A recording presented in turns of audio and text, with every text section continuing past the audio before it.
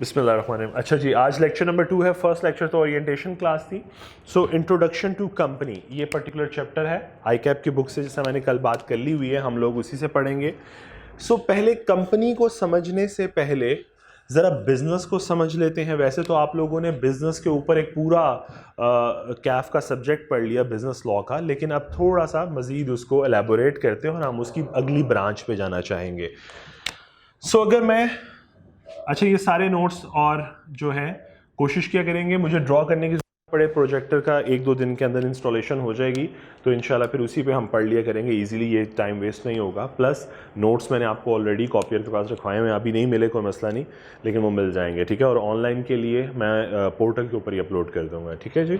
सो business की बात करें तो बिजनेस 3 मेन टाइप्स की बात करते हैं, जिसमें से एक आपका सोल प्रोप्राइटर है, इसको थोड़ा बड़ा कर देता हूँ। आपका सोल प्रोप्राइटर है, इंडिविजुअल पर्सन जो बिजनेस कर रहा है, लॉ को कोई मसला इससे किसी किस्म का कोई लेना देना नहीं है। अच्छा, अब जरा बात करेंगे, आपके जेहन में जब लॉ आता है ना, तो आपके जेहन में टैक्स वाले भी आ जाते हैं। नहीं, टैक्स वाले नहीं इस बंदे को बख्शेंगे, वो इंडिविजुअल हो, जो मर्जी हो, वो बिजनेस कर रहा हो ना कर रहा हो, उसकी इनकम के ऊपर टैक्स कलेक्ट कर ही लेना है। वो इंडिविजुअल सैलरीड पर्सन है, वो कोई बिजनेसमैन है, दोनों से टैक्स कलेक्ट कर लेना है। वो इंडिविजुअल कैपेसिटी में कोई छोटी सी शॉप चला रहा है, कोई ऑर्गेनाइजेशन चला रहा है, वट एवर, उससे कलेक्ट हो जाना है, वो उसकी बात नहीं कर रहे हैं। अब हम बात करेंगे ज़रा रेगुलेटर की, और रेगुलेटर में हम 2 रेगुलेटर्स की ज़्यादा बात कर रहे होंगे। एक रेगुलेटर है SECP, security and exchange commission of Pakistan. ये वो रेगुलेटर है जो कंपनीज को रेगुलेट करता है। जिस तरह फॉर एग्जांपल आप सीए कर रहे हो, आपको कौन रेगुलेट कर रहा है सीए को? आई कैप आपकी रेगुलेटरी बॉडी है, रूल्स एंड रेगुलेशन है उसके। फिर वो ये भी इंश्योर करता है कि आप उसके रूल एंड रेगुलेशंस को पूरा कर रहे हैं कि नहीं कर रहे। कोई रजिस्टर्ड इंस्टीट्यूट है तो वो ये इंश्योर करता है रजिस्टर्ड इंस्टीट्यूट उसके प्रिंसिपल्स को फॉलो कर रहा है कि नहीं कर रहा। ऑडिट फर्म्स हैं तो क्या फर्म्स उनके कोड ऑफ एथिक्स को फॉलो कर रही हैं, बाय लॉज को फॉलो कर रही हैं कि नहीं कर रही। सो रेगुलेटर है ना। सिमिलरली कंपनीज के लिए ये हमारा रेगुलेटर है security and exchange commission of Pakistan. Clear जी? और नहीं, 100% कंपनीज को रेगुलेट करता है, तमाम कंपनीज को। ये हमारा रेगुलेटर कंपनी के हवाले से यही है, ठीक है। किसी भी किस्म की कंपनी हो। अच्छा, अभी हमने टाइप्स ऑफ कंपनी पे बात ही नहीं की, लेकिन किसी भी किस्म की कंपनीज हो उसको रेगुलेट करता है। इसी तरह पार्टनरशिप फर्म्स जो आप पढ़ के आ चुके हो पार्टनरशिप एक्ट के अंदर, उनको भी यही रेगुलेट करता है। लेकिन ये इंडिविजुअल को मुंह नहीं लगाता। इंडिविजुअल को कहता है ठीक है, जा निकल, तुझे क्या करना है, मैंने तेरे बिजनेस को क्या करना है, अनलेस और अनटिल बिजनेस बहुत स्केल अप हो गया हो, ठीक है। अदरवाइज उसके लिए इतना कंसर्न नहीं होता। मेरी बात समझ आइए थोड़ी सी। So security and exchange commission of Pakistan, और कहीं ना कहीं हम बात पढ़ रहे होंगे SBP, state bank of Pakistan की। और कहीं एक और रेगुलेटर का कभी कभी नाम आएगा, तीसरा regulator PSX, Pakistan stock exchange, ठीक है। ये 3 तरह के रेगुलेटर्स जो हैं हमें इस स्टडी टेक्स्ट में या इस पर्टिकुलर सब्जेक्ट के अंदर देखने पड़ेंगे। अभी किस जगह पे आएंगे वो बाद में बताऊंगा, अभी नहीं बता रहा। अभी सिर्फ बताया कि ये 3 रेगुलेटर्स के नाम क्या है, security and exchange commission of Pakistan, state bank of Pakistan और पाकिस्तान स्टॉक एक्सचेंज। क्लियर? आपको लगता है कि पाकिस्तान स्टॉक एक्सचेंज तो एक मार्केट है, वहां पे तो ट्रेडिंग हो रही है शेयर की, लेकिन इटसेल्फ वो एक रेगुलेटर भी है, एक रेगुलेटर भी है, ठीक है। वो कहां पे अपना रोल प्ले करेगा, कहां पे वो जंप इन करेगा, कहां पे वो इंटरफेरेंस करेगा, वो आहिस्ता आहिस्ता जब वक्त के साथ साथ चलते जाएंगे तो पढ़ते जाएंगे। क्लियर? चले आगे। ले जी next. So types of business में आते हैं वापस जहां से हम चले थे। एक हो गया सोल प्रोप्राइटर, दूसरा बहुत वेल नोन पार्टनरशिप, और नंबर 3 इज कंपनी। इसको तो हम वैसे ही नहीं मुंह लगा रहे, क्योंकि इसको रेगुलेटर भी मुंह नहीं लगा रहे, तो हमारा भी कोर्स का या हमारा भी सोर्स ऑफ अट्रैक्शन नहीं है ये। हम आते हैं जरा पार्टनरशिप और कंपनी के ऊपर, इन 2 बिजनेसेस के ऊपर। इसके बारे में तो आपने बड़ी डिटेल में पढ़ा बिजनेस लॉ के अंदर, कैफ 4 के अंदर जब आप पढ़ रहे थे, तो आपने एक्ट, पार्टनरशिप एक्ट 1932 पढ़ा, ऐसा है कि नहीं है?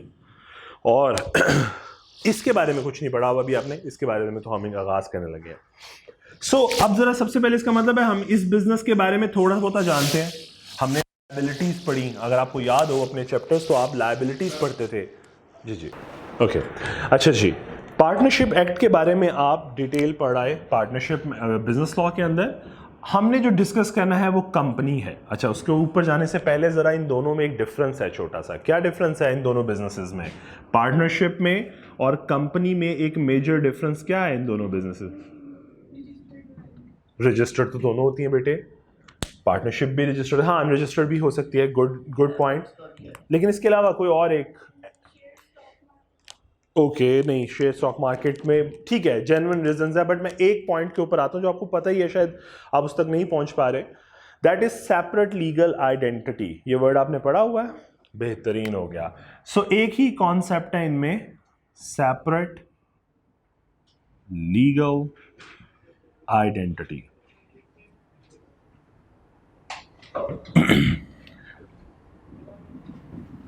इसके अंदर एग्जिस्ट नहीं करती, इसके अंदर एग्जिस्ट। अच्छा, सेपरेट लीगल आइडेंटिटी क्या है? जैसा मैं अक्सर कहता हूं कि आप लोगों के शनाख्ती कार्ड बने हुए हैं, आप लोगों की एक लीगल आइडेंटिटी है लॉ की नज़र में, और हर एक का आईडी नंबर डिफरेंट है, यूनिक है। इसी तरह मतलब कि आपको एक कानूनी हैसियत हासिल है लॉ की नज़र में, ठीक है? आप एक नेचुरल पर्सन हो, आपको क्या क्या बोला जाता है? Natural person. दो तरह के पर्सन लॉ यूज करेगा वर्ड, एक को कहेगा नेचुरल पर्सन और दूसरे को कहेगा आर्टिफिशियल पर्सन। ये दो तरह के पर्सन्स का लफ्ज यूज करेगा। आप क्या हो? आप नेचुरल पर्सन हो, आइडेंटिफाइबल हो, लीगल आइडेंटिटी है। कैसे क्लियर होती है? आईडी कार्ड से। सिमिलरली कंपनी के केस में कंपनी के पास सेपरेट लीगल आइडेंटिटी है। पहले तो इस लीगल आइडेंटिटी को समझे। कंपनी के पास लीगल आइडेंटिटी मौजूद है, लॉ की नजर में कानूनी हैसियत हासिल है कंपनी को, ठीक है? जबकि पार्टनरशिप बिजनेस को हासिल नहीं है। यही रीजन है कि जब कंपनी की बात करते हैं, से मैं बात करता हूं नेस्ले पाकिस्तान की, तो नेस्ले पाकिस्तान एक इंडिविजुअल की हैसियत रखता है, लेकिन इंडिविजुअल नेचुरल नहीं है। वो क्या है? आर्टिफिशियल नेचुरल, आर्टिफिशियल पर्सन है। इसका मतलब है वो एक पर्सन तो है क्योंकि उसकी एक लीगल आइडेंटिटी है, लेकिन आर्टिफिशियल है। लीगल आइडेंटिटी कैसे है? जिस तरह आपका आईडी कार्ड है, उसका भी एक कंपनी रजिस्ट्रेशन कार्ड है, उसका भी एक यूनिक रजिस्ट्रेशन नंबर है जिससे उसको पहचाना जाता है। अब जब भी वो नंबर फीड करते हैं, फौरन से पहले नेस्ले पाकिस्तान टॉप पे आपको नजर आएगी। वो रजिस्ट्रेशन नंबर उसका CNIC है। बात समझ आई इसका? अच्छा, अब इस लीगल हैसियत होने से फायदा क्या हुआ? जिस तरह आप एक लीगल हैसियत रखते हो तो आप कोई भी एसेट एक्वायर कर सकते हो, किसी भी किस्म का। आप कुछ बाय करना चाहो अपने नेम पे बाय कर सकते हो, कार हो जाए, हाउस हो जाए, कुछ भी बाय कर सकते हो। इसी तरह किसी से उधार लेना हो ले सकते हो। इसका मतलब कोई लायबिलिटी इनकर करना चाहो तो इनकर कर सकते हो, आपके नाम पे उधार मिल जाता है, आपको बैंक से लोन मिल जाता है। ऐसा है कि नहीं है? ये लीगल आइडेंटिटी होने की ही वजह है कि आपके CNIC के अगेंस्ट आपको लोन दे दिया जाता है कि यार ठीक है आप लोन ले लें, हमने आपका CNIC रिकॉर्ड किया, हमें पता है आपको लोन दिया हमने, यू आर रिस्पॉन्सिबल टू पे बैक। सिमिलरली कंपनी को भी जब हम कह रहे हैं कि उसके पास लीगल आइडेंटिटी है और वो पर्सन भी है, न आर्टिफिशियल पर्सन भी है, तो इसका मतलब ये हुआ कि वो भी आपकी तरह एसेट भी एक्वायर कर सकता है, लायबिलिटी भी एक्वायर कर सकता है अपने नाम के ऊपर, अपने नाम के ऊपर। यानी कि जिस तरह आपकी प्रॉपर्टी आपके नाम पे होती है, इसी तरह कंपनी की प्रॉपर्टी कंपनी के नाम पे होती है। बात समझ आई? नेस्ले पाकिस्तान की प्रॉपर्टी, नेस्ले पाकिस्तान का फर्नीचर, नेस्ले पाकिस्तान क्या मशीनरी, नेस्ले पाकिस्तान की व्हीकल। मेरी बात समझ पा रहे हो? नेस्ले पाकिस्तान की लायबिलिटी, उस पे आते हैं अभी, लायबिलिटी की लिमिट टेस्ट पे आते हैं अभी। बात समझ पाए हो मेरी? मैं समझा रहा हूँ ये लीगल आइडेंटिटी होने की वजह है। और अब एक छोटी सी बात और बताता हूँ। आप लोग अकाउंटिंग पढ़ के आ गए हो, इंट्रो टू अकाउंटिंग, FR1 भी पढ़ लिया किसी, कुछ ने, सबने पढ़ी हुई है।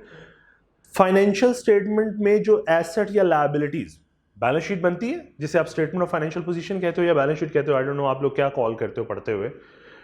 फाइनेंशियल स्टेटमेंट या फाइनेंशियल पोजीशन या बैलेंस शीट के अंदर आप क्या लिखते हो? एसेट, लायबिलिटी या कैपिटल या इक्विटी, यही तीन चीजें आ रही होती हैं।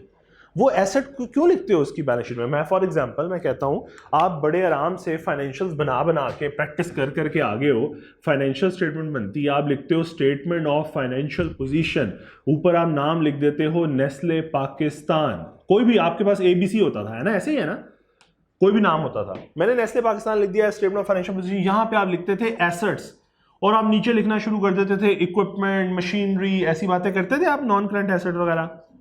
चले जी मशीनरी लिख देता हूं मैं, सॉरी मशीनरी, और आप यहां पे कह देते थे से 50,000 की मशीनरी है, 5 लाख की मशीनरी है जी, सॉरी 5 लाख की मशीनरी है। तो मुझे एक बात बताओ, ये एसेट्स, ये बैलेंस शीट किसकी है? नेस्ले पाकिस्तान की। क्यों एसेट लिख रहे हो यहां पे? क्योंकि आप ये पढ़े बगैर, सोचे बगैर आप FAR1 कह रहे थे कि ये नेस्ले पाकिस्तान का एसेट है। आप इसकी जब डॉक्यूमेंटेशन उठा के देखोगे, जब इसके लीगल पेपर्स उठा के देखोगे, तो ये नेस्ले पाकिस्तान के कागजात होंगे। आप जब प्रॉपर्टी लिखते हो तो नेस्ले पाकिस्तान की प्रॉपर्टी होती है। यानी मैं ये कहना चाहता हूं कि कोई भी एसेट लायबिलिटी इस बैलेंस शीट में आ ही नहीं सकता अगर वो कंपनी के नाम पे ना हो। समझ आई बात की? सो ये है लीगल पर्सन होने का फायदा, कि कंपनी के तमाम एसेट्स, तमाम लायबिलिटीज उसके अपने नाम पे हैं। यही वजह है कि आप एसेट्स या लायबिलिटीज शो करते हो बैलेंस शीट के अंदर नेस्ले पाकिस्तान के नाम पे। ये टाइटल जो है ना, जो आप आंखें बंद करके FAR1 में लिख देते थे, ये सिर्फ इसीलिए लिखा जाता था कि जितने एसेट्स आप लाइन में लिख रहे हो, जितनी लायबिलिटीज आप लाइन में लिख रहे हो, वो सब कंपनी की हैं, कंपनी के नाम पे हैं। लोगों ने अगर उधार दिया है तो कंपनी को उधार दिया है, डायरेक्टर या मेंबर को उधार नहीं दिया। अभी मैंने बात नहीं कि डायरेक्टर कौन है, मेंबर कौन है, बेटे ये वाला फर्स्ट, मेरी बात समझ आ रही है? डायरेक्टर या मेंबर को उधार नहीं दिया आपने, आपने कंपनी को उधार दिया है। सो कंपनी की लायबिलिटी है। बात समझ आई? सो लीगल पर्सन होने का क्या फायदा हुआ कि एसेट भी अपने और लायबिलिटीज भी अपनी। यही वजह है कि आपकी बैलेंस शीट जो रिफ्लेक्ट करती थी, या फाइनेंशियल पोजीशन जो रिफ्लेक्ट करती थी, वो इसीलिए रिफ्लेक्ट करती थी। आप आंखें बंद करके FAR1 कर रहे होते हो क्योंकि आपसे लीगल स्टेटस नहीं पूछा जाता, लेकिन टेक्निकली कोई एसेट यहां पे शो नहीं हो सकता जो कंपनी के नाम पे ना हो, कोई लायबिलिटी यहां पे शो नहीं हो सकती जो कंपनी के नाम पे ना हो। यह है लीगल आइडेंटिटी होने का फायदा। और लीगल आइडेंटिटी को मैंने लिंक कर दिया किसके साथ? आर्टिफिशियल पर्सन के साथ। जी बात समझ आ रही है जी? सो आगे चलता हूं जरा इसको लेके।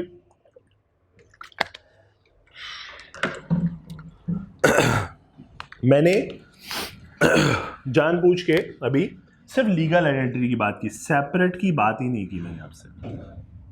सेपरेट का मतलब क्या है?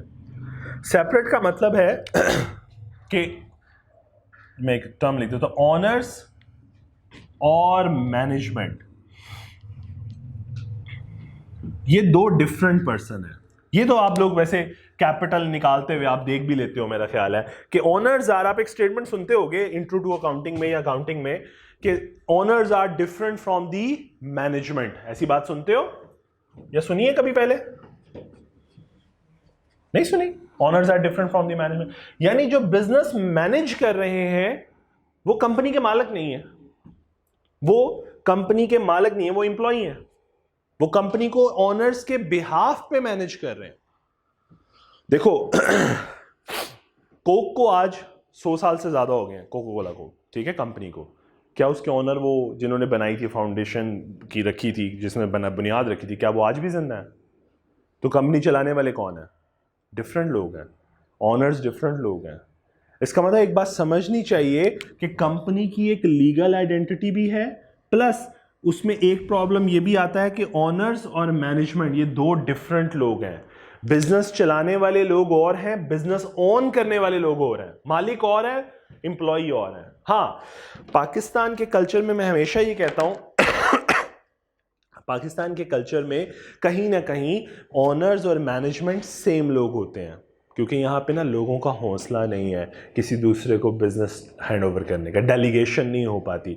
डेलीगेशन बहुत बड़ा प्रॉब्लम है पाकिस्तान के कल्चर में।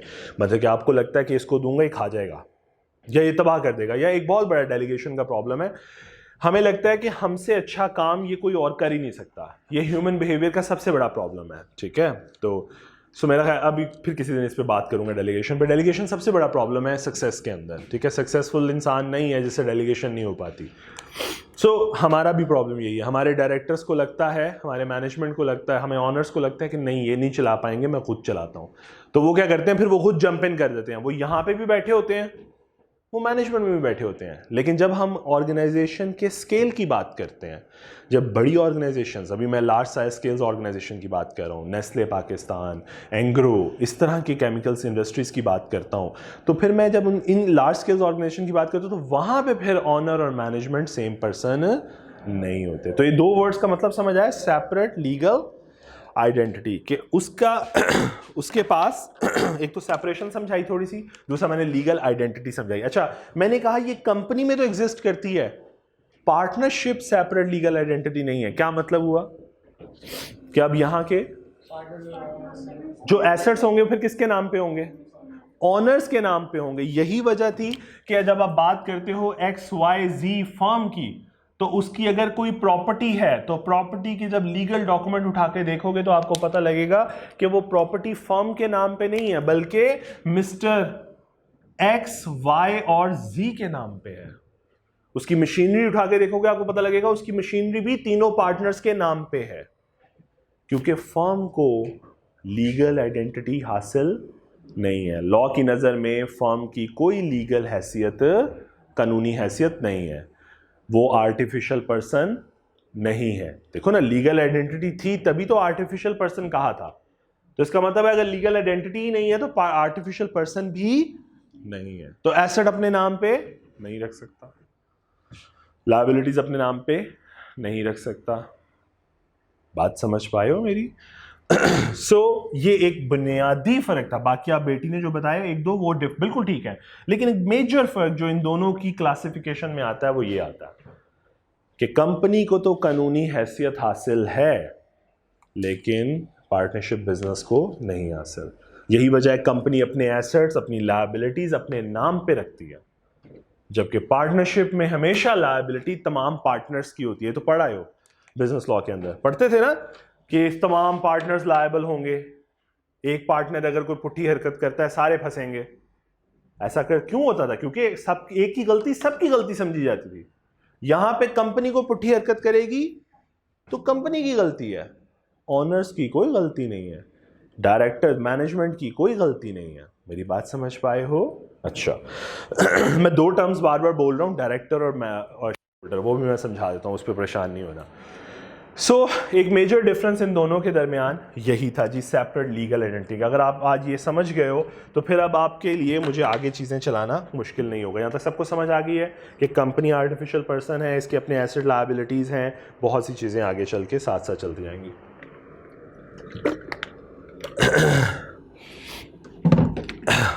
अच्छा जी, एक और डिफरेंस इसी के साथ ही, यहां तक अगर समझ आ गया तो इसी में एक और डिफरेंस इन दोनों का जरा देख लेते हैं। लायबिलिटी की बात कर लेते हैं जरा।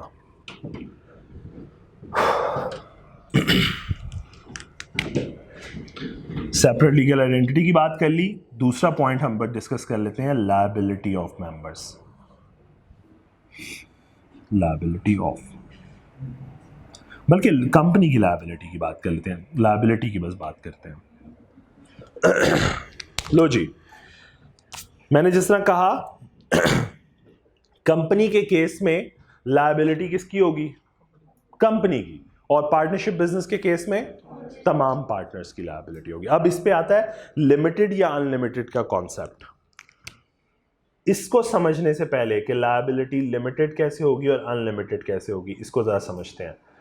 पार्टनरशिप बिजनेस आप ऑलरेडी पढ़ रहे हो बिजनेस लॉ के अंदर। आज हम थोड़ा सा बिजनेस लॉ को देख रहे हैं बार बार, तो परेशान नहीं होना, हमारे कोर्स का हिस्सा नहीं है ये, हमने डायरेक्ट इस पे जाना है। लेकिन इसको समझने के लिए इसका सहारा ले रहे हैं कि भाई हम पढ़ने क्या जा रहे हैं। तो जरा देख रहे हैं जो पढ़ रहे हैं उससे डिफरेंस क्या है, बात समझ पा रहे हो? पार्टनरशिप के अंदर हमने कहा लायबिलिटी की पढ़ के आए हो बातें। क्या बातें पढ़ के आए हो? क्या होती है लायबिलिटी पार्टनर्स की? Unlimited liability. और अनलिमिटेड लायबिलिटी का कॉन्सेप्ट क्या होता था, जरा कोई बताना पाया जाएगा मुझे? बिल्कुल, बिजनेस की लायबिलिटी, सपोज ये बिजनेस की हालत है, XYZ फर्म है, XYZ फर्म अच्छी भली चल रही थी, लेकिन फिर फाइनेंशियल क्रंच आया और पता चला कि कुछ लॉसेस होने शुरू हो गए और एक टाइम आ गया कि लगा कि यार बिजनेस बहुत बुरे हालात में चला गया। तो कुछ हालात ऐसे हो गए हैं कि लायबिलिटीज की बात करें, अगर फर्म के बिजनेस की बात कर रहा हूं अभी मैं, ठीक है, बिजनेस की लायबिलिटी की बात करें तो शायद ये जो तीनों पार्टनर बिजनेस चला रहे थे ये 100 मिलियन की लायबिलिटी है। लेकिन अगर मैं सब कुछ बेच दूं, इस बिजनेस का सब कुछ बेच दूं, बिजनेस का सब कुछ क्या है, बिजनेस के एसेट्स जो तीनों के नाम पे हैं, बिजनेस के लिए इस्तेमाल हो रहे हैं, बिजनेस की मशीनरी, बिजनेस का व्हीकल, बिजनेस की प्रॉपर्टी जो तीनों के नाम पे है, ठीक है। तो अगर मैं वो बेच दूं तो मुझे पता लगता है अगर मैं एसेट्स कैश में बेच दूं, रियलाइज कर लूं, तो 70 मिलियन के एसेट बिक जाएंगे। हर चीज बेच दूं बिजनेस की तो 70 मिलियन की लायबिलिटी होगी। तो ये जो 30 मिलियन की एक्स्ट्रा लायबिलिटी है ये कौन पे करेगा? तो फिर ये कॉन्सेप्ट आता था कि पार्टनर्स की लायबिलिटी क्या होगी, अनलिमिटेड होगी। यानी ये 30 मिलियन जो है वो मिस्टर X, Y और Z अपने पर्सनल एसेट से पूरा करेंगे। इनके अपने घर बिकेंगे, इनकी अपनी प्रॉपर्टीज बिकेंगी बिजनेस का डेट पे करने के लिए। यही पढ़ते रहे हो, इसी तरह पढ़ा है इसको, अनलिमिटेड लायबिलिटी को। सो इसका मतलब है पर्सनल लायबिलिटी आ गई बिजनेस का डेट पे करने के लिए, या यूं कह दूं कि पर्सनल एसेट्स सेल हो गए बिजनेस का डेट पे करने के लिए। तो ये तो वो साहब हो गया, घर से बिजनेस करने आए थे और अपना पर्सनल घर भी बेच के घर जाएंगे, ऐसा ही है, अपने पर्सनल एसेट भी बिक जाएंगे। तो कितना खौफनाक सा बिजनेस होता होगा। 1932 का एक्ट कितना खौफनाक सा है अगर आप अब गौर करो तो, कि एक बंदा, मेरे जैसा बंदा पार्टनर बनता है बिजनेस करने के लिए और अल्टीमेटली बिजनेस की वजह से पर्सनल प्रॉपर्टी भी बिक जाती है। खौफ, समझ पा रहे हो कि यार एक बंदा क्यों इतना रिस्क ले? समझ आ रही है कि मैं क्यों इतना रिस्क? आप देखो ना, आप तो मैं कहता हूं हाँ जी बिजनेस करें मेरे साथ, मेरी पार्टनरशिप फर्म है, हाँ आप इतने पैसे लेकर आए, ठीक है, और आपकी लायबिलिटी अनलिमिटेड होगी। यानी कभी ऐसे मौका आया तो आप पर्सनली लायबल होंगे, तो आपको तो लगेगा ना समझ के यार घर भी बिकेगा इस तरह। तो बात समझ आई। लेकिन अब जरा कंपनी में आते हैं। कंपनी के केस में लायबिलिटी क्या होती है? लिमिटेड। कंपनी के केस में लायबिलिटी जो है वो क्या है? Limited liability. अच्छा, आप लोगों की नॉलेज के लिए बता दूं, आप कंपनीज ऑर्डिनेंस 1984 उठा के देखो, यानी रिपील्ड ऑर्डिनेंस की बात कर रहा हूं, अब तो 2017 पढ़ रहे हो आप। 1984 उठा के देखो तो उस टाइम पे अनलिमिटेड कंपनी भी होती थी, जिसमें मेंबर्स की तमाम लायबिलिटीज ऐसी ही होती थी जैसे पार्टनरशिप में है। लेकिन फिर जब एक्ट आया 2017, उसने पिछले वाले को ख़त्म किया, तो अनलिमिटेड लायबिलिटी कंपनी भी ख़त्म कर दी गई। पढ़ने में आज भी वो नज़र आती है, लेकिन अब वो प्रैक्टिकली एग्जिस्ट पाकिस्तान में नहीं करती। अच्छा, बिफोर दिस कि मैं लिमिटेड लायबिलिटी को, कॉन्सेप्ट को एक्सप्लेन करूं, तो एक छोटी सी बात बस और डिस्कस कर लूं। आसान सी बात करूंगा, अभी उलझाऊंगा नहीं। तो देखो, फॉर एग्जाम्पल ये नेस्ले पाकिस्तान है, ठीक है, कंपनी है, ये एक ऑनर है, से दो ऑनर्स हैं, मिस्टर ए, मिस्टर बी, ठीक है, ये दो ऑनर्स हैं, अज्यूम करें। या आप लोग अकाउंटिंग में भी शायद थोड़ा सा पढ़ते होंगे। अब बिजनेस को स्टार्ट कर, चले नेस्ले ना करें, आप इसको ना एबीसी कर लें, ताकि आपको पता हो कि कोई नई कंपनी खुल रही है। आपने कहा नेस्ले पाकिस्तान तो खुली पड़ी है, एबीसी पाकिस्तान कंपनी है, सपोज एबीसी कंपनी है, इसने ओपन करना है अपना बिजनेस। पैसा चाहिए, कैपिटल चाहिए, कहां से आएगा? ऑनर से। सो ये सरमाया डालेंगे, इसका मतलब ये दो लोग, ये इनको इंजेक्ट करेंगे कैश या बैंक, जिसको आप कैपिटल का नाम दे रहे हो, ऐसा ही है जी। तो मैं यूं कह लेता हूं कैपिटल इंजेक्ट होगा बिजनेस के अंदर। कैपिटल किसका है? मिस्टर ए और मिस्टर बी का। तो बदले में इन्हें भी तो कुछ प्रूफ चाहिए कि भाई हमें भी तो कुछ दो कि हमने तुम्हें दिया कुछ। तुम तो सेपरेट लीगल आइडेंटिटी हो, बाद में तुमने कहना है ये मेरा और ये तुम्हारा, तुमने कहना है ये पैसे हमारे, तो मैं क्या करूंगा, मेरे पास कोई प्रूफ तो हो कि मैं इंजेक्ट किए हुए, मैं ऑनर हूं। तो बदले में देखो, आप दुकानदार के पास जाके कोई चीज परचेज करते हो तो बदले में क्या मांगते हो, रिसीट। तो ये भी तो पैसे इंजेक्ट करेंगे और बदले में चाहेंगे कोई एविडेंस हो। तो एविडेंस के बदले में इन्हें एक सर्टिफिकेट दे दिया जाता है, जिन्हें आप शेयर सर्टिफिकेट कहते हो। थोड़ा सा बड़ा कर लेता हूं, ऑनलाइन के लिए मुश्किल हो जाएगी बाद में। जिन्हें आप शेयर सर्टिफिकेट कहते हो। सो ये है कैपिटल की ट्रांजैक्शन जो आप कर रहे होते हो, जो आप अकाउंटिंग में करके आ चुके हो, कि ऑनर पैसा इंजेक्ट करता है और बदले में शेयर सर्टिफिकेट ले लेता है। बात समझ आई? कंपनी अपने नेम के अंडर अ प्रॉपर सील एक शेयर सर्टिफिकेट इशू कर देती है as a proof, as a receipt, कि भाई तुमने हमें पैसा दिया, ये तुम्हारे शेयर सर्टिफिकेट है, तुम्हारा हिस्सा है कंपनी के अंदर, तुम मालिक हो इस कंपनी के, ऑनर हो। बात समझ आई? सो इस तरह की ट्रांजैक्शन के बाद ये लोग क्या बन गए, आपके ऑनर्स, और ये कंपनी ऑब्वियसली कंपनी के ऑनर्स बन गए, ये कंपनी में इस्टेब्लिश हो गई। अच्छा, ऑनर्स को जिनके पास, अब मैं जरा आसान लफ्जों में कहने लगा हूं, किसी भी पर्सन के पास अगर एक भी शेयर है तो आप उसे क्या कह रहे होते हो, शेयर होल्डर। ये टर्म आप यूज करते रहे हो, शेयर होल्डर। ये वर्ड आप बड़े कॉन्टिन्यूसली फ्रीक्वेंटली यूज करते रहे हो अकाउंटिंग के अंदर, शेयर होल्डर। ठीक है जी। और इन्हीं शेयर होल्डर को मेंबर भी कहा जाता है, member of the company. So technical name member. इसका मतलब अगर मैं पूछूं कि मेंबर कौन है, तो in fact share holder is actually the member. हाँ, अच्छा, मेंबर और शेयर होल्डर में थोड़ा डिफरेंस होता है। जब मैं कंपनी की क्लासिफिकेशन ओपन करूंगा ना, तो फिर वहां पे मेंबर और शेयर होल्डर में एग्जैक्टली बेटी पहुंच गई वहां तक। लेकिन अभी जब मैं ओपन करूंगा उस चीज को, तो फिर डिस्कस करूंगा कि अच्छा, मेंबर और शेयर होल्डर में थोड़ा फर्क होता है, टेक्निकली थोड़ा फर्क होता है। लेकिन अभी आसानी के लिए चूंकि फर्स्ट क्लास है, तो शेयर होल्डर ही आपका मेंबर है। तो मेंबर कौन हुआ फिर, जिसके पास एक भी शेयर है, वो कंपनी का उसे शेयर होल्डर कह लो या कंपनी का उसे मेंबर कह लो। ठीक हो गया।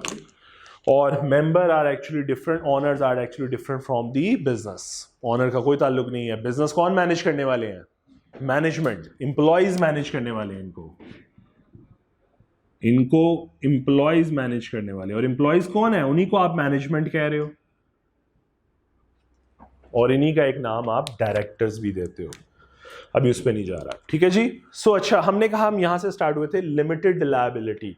लिमिटेड लायबिलिटी का कॉन्सेप्ट क्या है? देखो बेटा, इस दोनों कॉन्सेप्ट को मिला के पढ़ो। कंपनी सेपरेट लीगल एंटिटी है, कंपनी का अपना डेट है, अपनी लायबिलिटी है, अपनी एसेट्स है, अपनी लायबिलिटी है। ठीक है।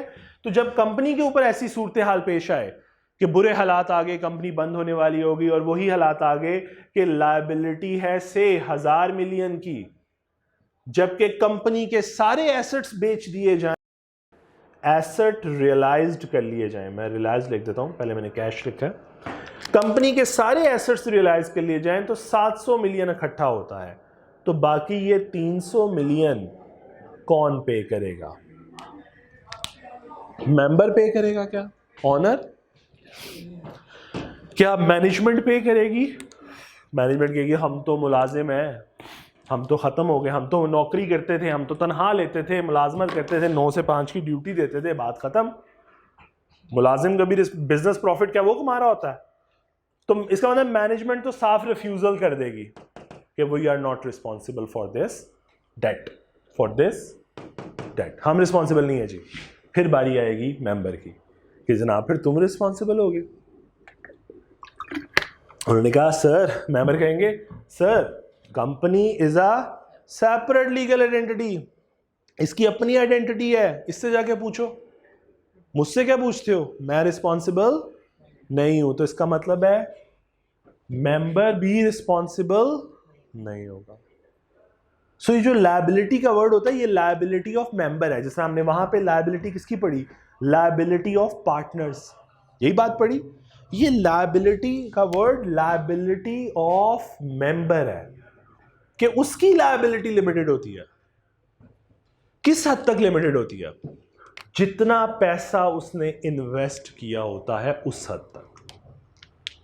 उतना पैसा तो वो ऑलरेडी दे चुका शुरू में ही।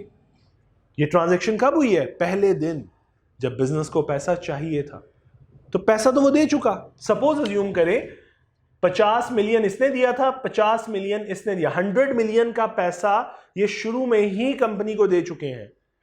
तो क्या अगर ऐसे हालात आ जाएं तो अब ये कुछ और देंगे मिस्टर ए और mister B? No, mister A और मिस्टर बी कहेंगे हम सिर्फ उस हद तक जिम्मेदार थे, 50 मिलियन था वो हम दे चुके, अब हमने मजीद कुछ नहीं देना। यानी इसका मतलब मेंबर किस हद तक जिम्मेदार है?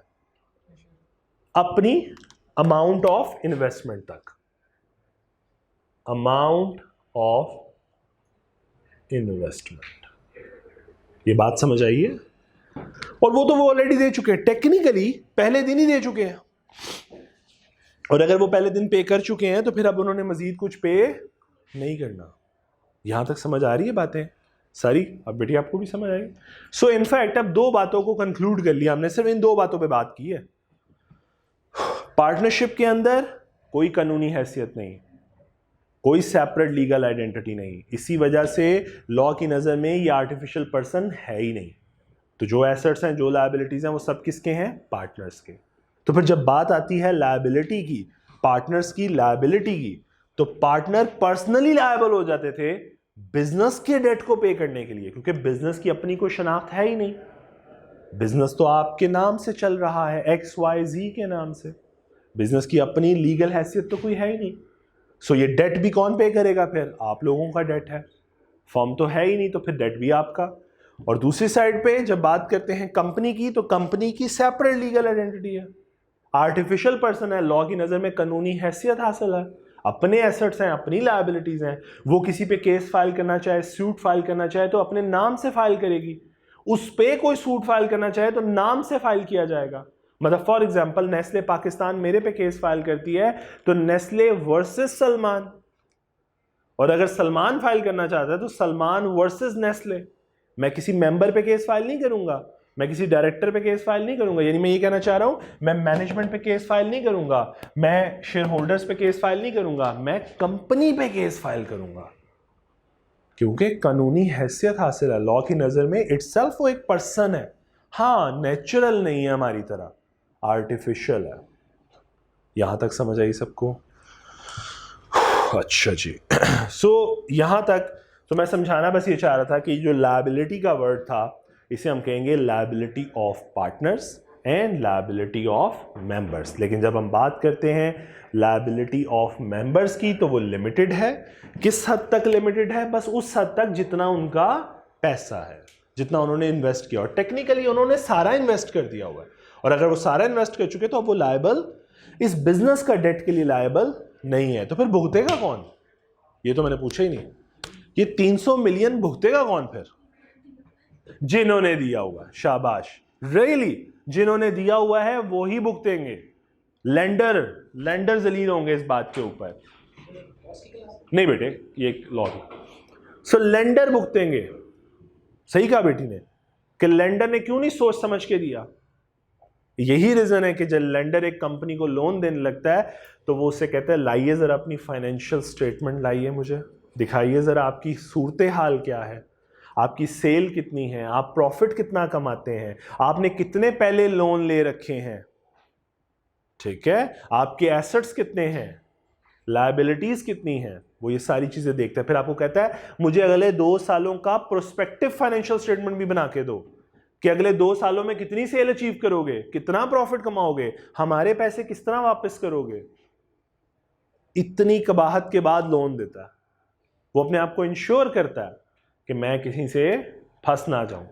फिर अब तो बैंक यूजुअली लेंडर आप लोगों से, अब तो आप चूंकि थोड़े टेक्निकल हो गए इंशाल्लाह फाइनेंस उसमें जाओगे मार्केट में, तो अब तो चूंकि मैं जब कंपनी के देख रहा होता था डॉक्यूमेंट्स, तो वो कंपनी से पर्सनल गारंटी भी लेते थे अब कि हमने नहीं देना, कंपनी को ठीक है हम दे देते हैं, लेकिन ये जो आपके 2 डायरेक्टर है ना, इनसे के अपनी प्रॉपर्टी के पर्सनल डॉक्यूमेंट्स भी हमें दे। फिर डायरेक्टर पर्सनल गारंटी देते थे कि कोई मसला नहीं, बिजनेस ना दे सका तो हमारी प्रॉपर्टी बेच लेना। सो लेंडर से आना हो गया, उसे समझ आ गई इस लायबिलिटी वाले कॉन्सेप्ट की कि मेंबर भाग जाएगा आखिर में, तो हम किससे पूछेंगे। बात समझ आई है? सो लेंडर की जिम्मेदारी है कि वो सोच समझ के लोन दे अगर उसने देना तो। जी यहां तक कुछ समझ आई कंपनी की? थोड़ा सा अभी मैंने सिर्फ आपको सिर्फ एक चीज समझाने की कोशिश की है, कंपनी। और मैंने कल की क्लास में भी कहा था कि शुरू में स्पीड बहुत कम होगी, मतलब इतनी डिस्कशन के बाद मैंने शायद 2 या 4 लाइनें पढ़ाई होंगी। रीज़न क्या है? ये फाउंडेशन है, मुझे कंपनी की फाउंडेशन बिल्टअप करनी है। अभी मुझे आपसे डिस्कस करना है टाइप्स ऑफ कंपनी क्या है, अच्छा लायबिलिटी के हवाले से कंपनी की कितनी टाइप है, स्केल के हवाले से कंपनी की कितनी टाइप है, नेचर के हवाले से कंपनी की कितनी टाइप्स हैं। तो मुझे तो अभी कंपनी पे बड़ी बात करनी है, फिर मुझे वोटिंग स्ट्रक्चर्स पे बड़ी बात करनी है, फिर जाके हमने कंपनी की फाउंडेशन खड़ी करनी है। जब तक मैं आपको पहला इनकॉर्पोरेशन सर्टिफिकेट नहीं दिखा लेता कि कंपनी बन गई इस सर्टिफिकेट के बाद, तब तक आपकी फाउंडेशन मुकम्मल नहीं होगी। ठीक है, सो अब ज़रा प्लीज़, अगर आपके पास बुक्स हैं, बुक भी नहीं मिली हुई?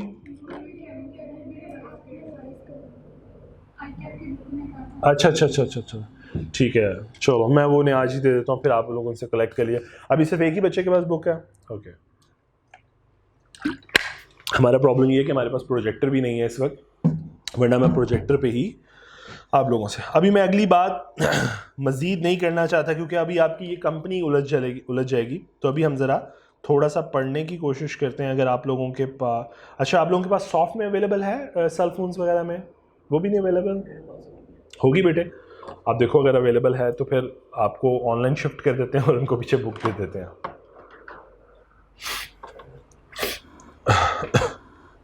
मैं उन्हें बेटा रखवा देता हूँ, आई कैप की बुक रिवाइज हुई भी, वैसे चेंज कोई नहीं आया, लेकिन मैं उन्हें रिवाइज बुक दे देता हूँ, आप उनसे कॉपियर से कलेक्ट कर लीजिएगा। हम आई कैप की स्टडी टेक्स्ट को ही फॉलो करेंगे, उसकी रीज़न मैंने कल की ओरिएंटेशन क्लास में, और जो बच्चे कल नहीं आए थे जैसे आप लोग दो, तो आप लोग ओरिएंटेशन क्लास यूट्यूब पे अवेलेबल है, क्रिसेंट कॉलेज के चैनल पे ही 40 मिनट्स की आई थिंक सो वीडियो होगी, जिसमें मैंने डिटेल डिस्कशन की है कि हम लोग इस सब्जेक्ट की टेस्टिंग कैसे हो रही है और आई कैप की अप्रोच क्या है। तो वो आप लोगों ने ज़रूर टेकअप करना है, ठीक है, टाइम निकाल के। जी बेटा, है बुक अवेलेबल?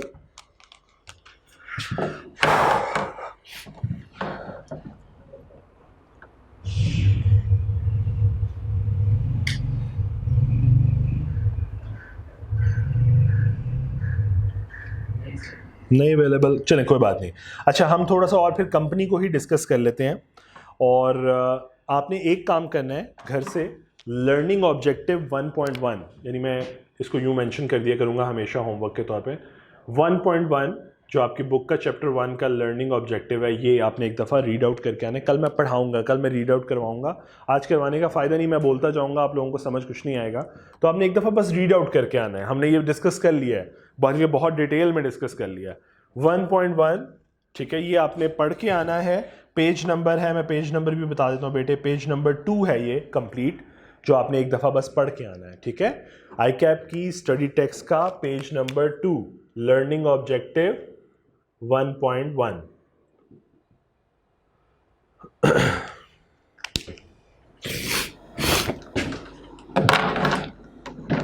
कल मैं इसको रीड आउट करवाऊंगा, इसलिए परेशान नहीं होना कि अगर कोई बात ना समझ आए तो बस एक दफ़ा रीड आउट करना है कि आपको समझ आई है, अंडरस्टैंडिंग बिल्ट हुई है कंपनी की कि नहीं हुई, ठीक है।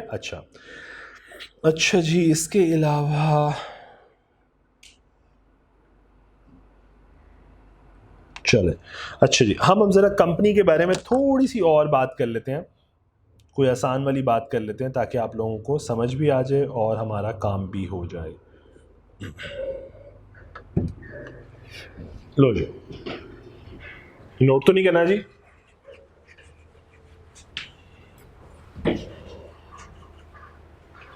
सो अब तक आपको कंपनी के हवाले से एक बात समझ आ गई कि ओनर्स एक पार्टी है, कंपनी इटसेल्फ एक आर्टिफिशियल पर्सन है, और मैनेजमेंट एक थर्ड पर्सन है। हो गई है डाउनलोड? चलो फिर बेहतरीन हो गया। ये ले बेटी, आप लोग तीनों इकट्ठे हो जाएं ताकि आप लोग देख सकें बस। तो हम इसको इधर ही रीड आउट कर लेते हैं।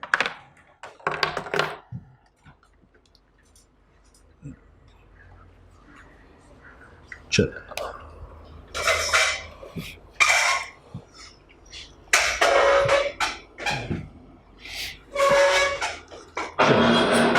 चले जी, मैं इसको जरा पढ़ता हूं। A sole trader is an individual who owns and runs his or her own business. The law does not recognize the business. Law को कोई, मैंने जितना कहा ना, वो लिफ्ट ही नहीं कराते वो इंडिविजुअल को।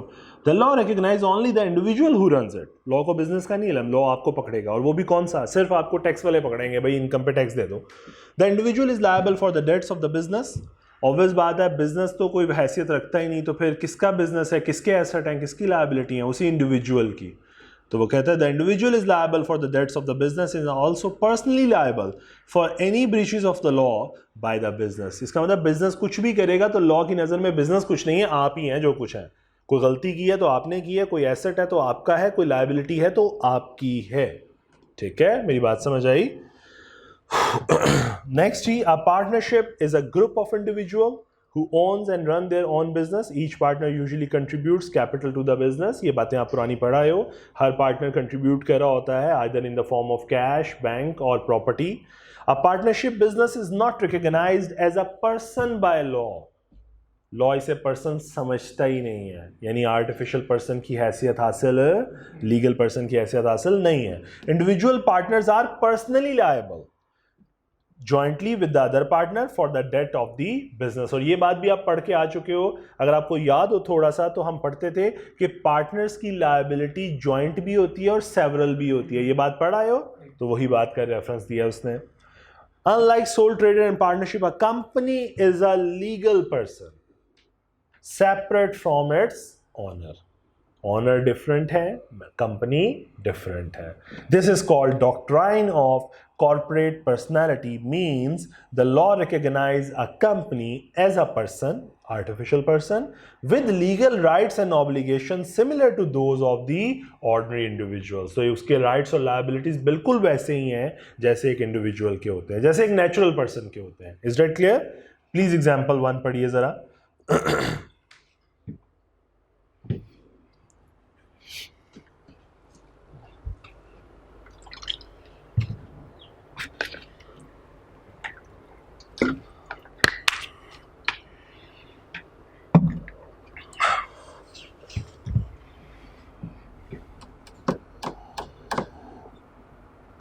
जी, दो कंपनी का जिक्र किया उसने, कहा दोनों के पास सेपरेट लीगल आइडेंटिटी मौजूद है। बेटे आगे मेरे लिए को पढ़ दे, बेटी आप पढ़ दें बेशक, आगे पढ़ना शुरू कीजिए प्लीज। जी, कंपनी आर्टिफिशियल पर्सन हो गई और इंडिविजुअल नेचुरल पर्सन हो गई। जी, लॉ की नजर में पर्सन पर्सन है, वो आर्टिफिशियल हो या नेचुरल हो। ठीक है जी, कुछ कैरेक्टरिस्टिक्स बताने लगा, कुछ खसूसियात बताने लगा। जी,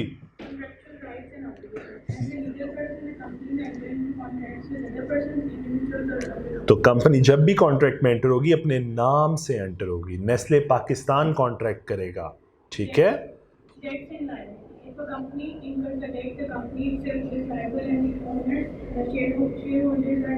ये बात भी क्लियर हो गई। चलें अगली बात पे आइए।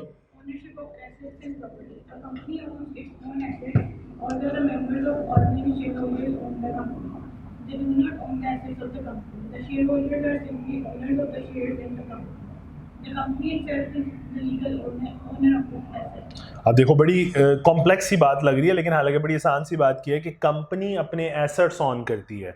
एसेट से मुराद मशीनरी, प्रॉपर्टी, फर्नीचर, हर वो चीज़, इवन व्हीकल, ये सब current asset, non current asset, ये सब कंपनी अपने नाम पे ऑन करती है।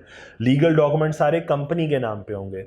Although the member on the company, हाँ ये बात दुरुस्त है कि पीछे से सरमाया तो उन दो मेंबर्स ने दिया हुआ, लेकिन वो शेयर होल्डर है ना, वो ऑनर है, वो एसेट के ऑनर नहीं है, वो कंपनी के ऑनर है। हाँ, कंपनी ने आगे एसेट खरीदे हुए। देखो ये कुछ इस तरह का रिलेशन बन रहा है, मिस्टर ए और बी ने इन्वेस्टमेंट की कंपनी के अंदर और कंपनी ने अपनी इन्वेस्टमेंट की हुई है एसेट्स के अंदर। ठीक है, तो वो आपको ये समझाना चाह रहा है कि ये एसेट कंपनी के हैं। हाँ, ये कंपनी इनकी है, लेकिन ये मत कहिए कि ये एसेट भी इस इंडिविजुअल के हैं, ये मत कहे, ये मत कहे। मेरी बात समझिए। हालांकि देखने में ऐसा लगता है कंपनी इनकी है तो फिर एसेट भी, नहीं नहीं नहीं नहीं। लीगल डॉक्यूमेंट उठाओ, प्रॉपर्टी के कागजात उठाओ, आपको नाम कंपनी का नजर आएगा, आपको इंडिविजुअल का नाम नजर नहीं आएगा। ये बात समझ आ रही है? सो वो कहता है ये मत कहो। हाँ, ये कह सकते हो कि शेयर होल्डर इसको ऑन करते हैं और कंपनी के ये एसेट्स हैं। ठीक है, जी, the shareholder are simply owners of the share in the company. The company itself is the legal owner of its own asset. अपनी कंपनी अपने एसेट की कुछ जिम्मेदार है। जी आगे। जी जी, अब ऐसा भी नहीं करना कि निशात के पैसे देने हैं तो आप जाके मियां मंशा के घर पे उसको पैसे पकड़ा दो, कोई ये पैसे आप रख लें। नहीं, वो मियां मंशा के पैसे नहीं हैं, वो निशात के पैसे हैं। आपने निशात से उधार लिया है, आप निशात को पैसे देंगे क्योंकि निशात भी लीगल पर्सन है। मियां मंशा को दे देने का मतलब हरगिज ये नहीं कि निशात के पैसे वापस हो गए। मेरी बात समझ आई है लॉजिकली? जी चले आगे। जी, मैंने रिसा कहा कि कंपनी को मैनेज करने वाले लोग और हैं और उनको मैनेजमेंट कहा जाता है, लेकिन एम्प्लॉय कहा जाता है। अच्छा वर्ड जो है वो बार बार लॉ यूज करेगा मैनेजमेंट का। और मैनेजमेंट में जो लीडर है मैनेजमेंट में वो यूजुअली कौन लोग हैं? डायरेक्टर्स, जो लीड कर रहे हैं ऑर्गेनाइजेशन की मैनेजमेंट को। Is that clear? जी प्लीज।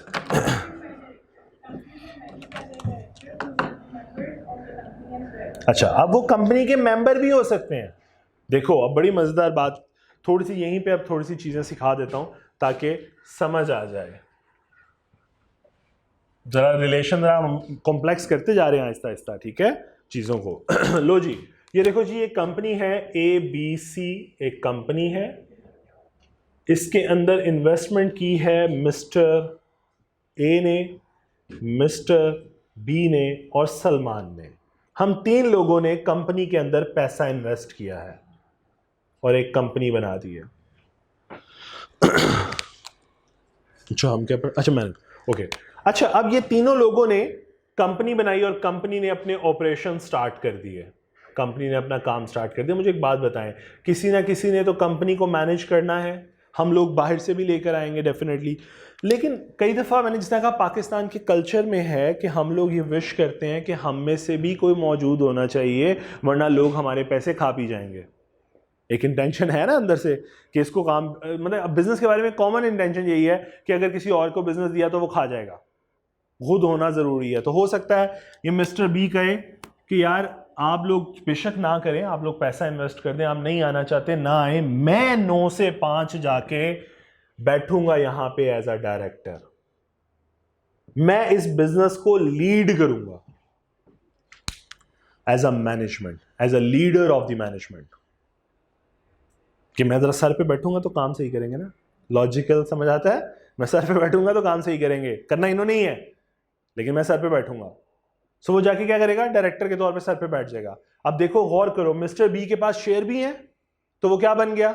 Share holder, member. और मिस्टर बी डायरेक्टर भी है तो क्या बन गया? मैनेजमेंट। इसका मतलब सेम पर्सन ऑनर भी हो सकता है और मैनेजमेंट में भी हो सकता है।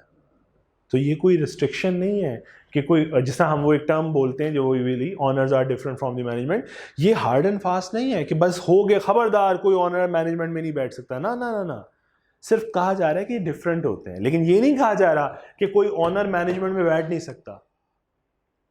ठीक है, जैसा मैं जिस कंपनी में काम करता था, मेरी लास्ट रेडोल्फ पाकिस्तान, उसके 2 डायरेक्टर्स थे। मैं अक्सर उनकी एग्जांपल्स देता रहूंगा क्योंकि उनके स्ट्रक्चर में आपसे शेयर करता रहूंगा। सो एक कंपनी का नाम था रेडोल्फ पाकिस्तान जिसमें मैं काम करता था। सो मैं उसको एग्जांपल देता हूं, रेडोल्फ, ठीक है जी, ये कंपनी का नाम था रेडोल्फ पाकिस्तान, उसके 2 डायरेक्टर्स थे। सो मैं नाम भी उनके असल लिख देता हूं, कोई मसले वाली बात नहीं है, कोई कॉन्फिडेंशियल का इशू नहीं रहेगा। मंसूर और खालिद, ये 2 लोग थे ऑनर, 50-50% ऑन करते थे कंपनी को, इन्वेस्ट किया हुआ था जितना भी पैसा इन्वेस्ट किया हुआ था। लेकिन ये दोनों 9 से 5 डायरेक्टर भी थे, कंपनी के अंदर आके एज अ डायरेक्टर परफॉर्म भी करते थे। यानी इसका मतलब now the owners are not different from the management. यानी मैं जिस कंपनी में काम करता रहा हूं उसके ओनर्स और मैनेजमेंट सेम थी। मैनेजमेंट का मतलब टॉप मैनेजमेंट की बात कर रहा हूं, इसके नीचे लोग डिफरेंट ही थे। हम जैसे एम्प्लॉय भी तो वहां काम करते थे, हम भी तो काम कंपनी के कर रहे होते थे। सो हम जो लोअर लेवल मैनेजमेंट या मिडिल लेवल मैनेजमेंट कहलाती है, वो टॉप मैनेजमेंट। मैनेजमेंट की 3 लेयर होती हैं, थोड़ी सी पढ़ी होंगी आप लोगों ने, टॉप मैनेजमेंट, मिडिल और लोअर, ऑपरेशनल मैनेजमेंट जिसे आप कहते हो। सो वो दोनों ऑनर भी हैं, मेंबर भी हैं और डायरेक्टर भी हैं। सो ये बात समझ आई है, हजम हुई है? मैं इस पे इतना इसलिए फोकस कर रहा हूँ, ये बातें आज अगर समझ आ गई तो पूरे कंपनी लॉ में जब जब ये इसके अंदर वो कॉम्प्लेक्स करेगा चीज़ों को तो आपको चीज़ें समझ आएंगी। मैंने जिस तरह कल भी क्लास में कहा कि अब वो स्ट्रक्चर देता है ऑर्गेनाइजेशन का और कहता है बताओ ये कंपनी के हवाले से ये ट्रांजैक्शन करनी है, तो क्या तो जब स्ट्रक्चर ही समझ नहीं आएगा कि ये स्ट्रक्चर कैसे बन रहा है तो फिर आगे का आंसर कैसे करोगे। मेरी बात समझ आई? तो ये स्ट्रक्चर की जो कम्प्लेक्सिटी है समझना बहुत ज़रूरी है। जी प्लीज़ पढ़िए अब।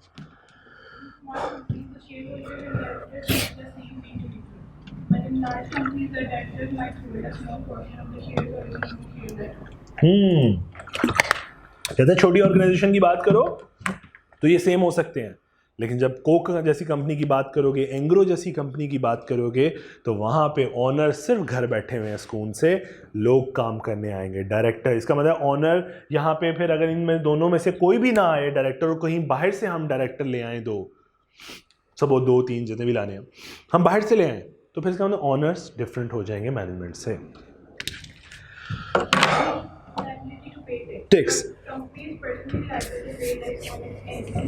जी, इसका मतलब है अब अगर कंपनी के एसेट और बैलेंस शीट सारी अपनी है तो फिर इनकम और एक्सपेंसेस भी है, यानी शेयर होल्डर अपनी इनकम पे अलग टैक्स देता है, कंपनी सेपरेट लीगल आइडेंटिटी अपनी कंपनी की इनकम खुद कैलकुलेट करते हैं। आप प्रॉफिट एंड लॉस अकाउंट बनाते हो ना, उसके नीचे वो प्रॉफिट बिफोर टैक्स आता है, वही टैक्स जो निकालते हो वो कंपनी का टैक्स होता है, ठीक है, वो इंडिविजुअल का टैक्स नहीं होता। निकाला अभी तक आप लोगों ने FR 1 वगैरह में टैक्स कैलकुलेट किया, profit before tax and then tax नहीं कैलकुलेट किया?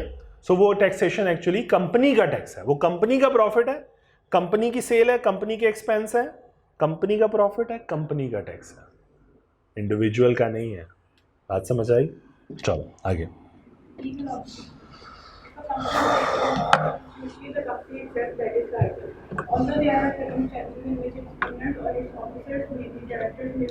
कहते हैं अगर कंपनी कोई पुट्ठी हरकत करेगी तो कंपनी जिम्मेदार है, जो है ही लीगल पर्सन अलहदा से, तो फिर हम क्यों जिम्मेदार? कंपनी खुद जिम्मेदार है, तो कंपनी बियर करे, फिर हम क्यों बियर करें?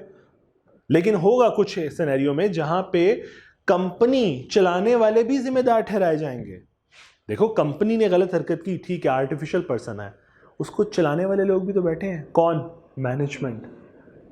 तो हम आगे जाके पढ़ रहे होंगे इंशाल्लाह, जब हम एक्सटेंड करेंगे डायरेक्टर के चैप्टर को, ब्रॉड उसको ओपन करेंगे उस पेंडोरा बॉक्स को, तो वहां पे पढ़ रहे होंगे कि अच्छा डायरेक्टर कब कब जिम्मेदार हो जाएगा, क्योंकि डिसीजन किसका होना है?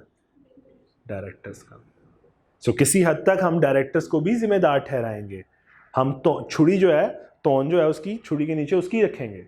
हम बहुत सी प्रोविजंस ऐसे पढ़ेंगे जहां पे ये लिखा होगा क्लियरली कि ये काम अगर कंपनी ने गलत किया ना तो मैनेजमेंट जिम्मेदार होगी, ये काम अगर कंपनी ने गलत किया ना तो डायरेक्टर जिम्मेदार होंगे। इसका मतलब है क्या? हम जिबा कर देंगे डायरेक्टर को, पेनलाइज करेंगे। तो ये बात समझ आई अब लाइन आपको?